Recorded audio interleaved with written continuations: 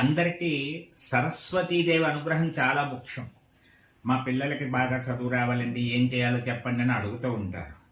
అసలు ఒక పద్యాన్ని వాళ్ళకి చేత బాగా ప్రాక్టీస్ చేయించి ప్రతిరోజు 3 సార్లు ఈ పద్యాన్ని అనిపిస్తే వాళ్ళ చదువులో చాలా గొప్పగా రాణిస్తారని చెప్పొచ్చు. ఆ పద్యం ఏమిటో మీకు చెప్తున్నాను.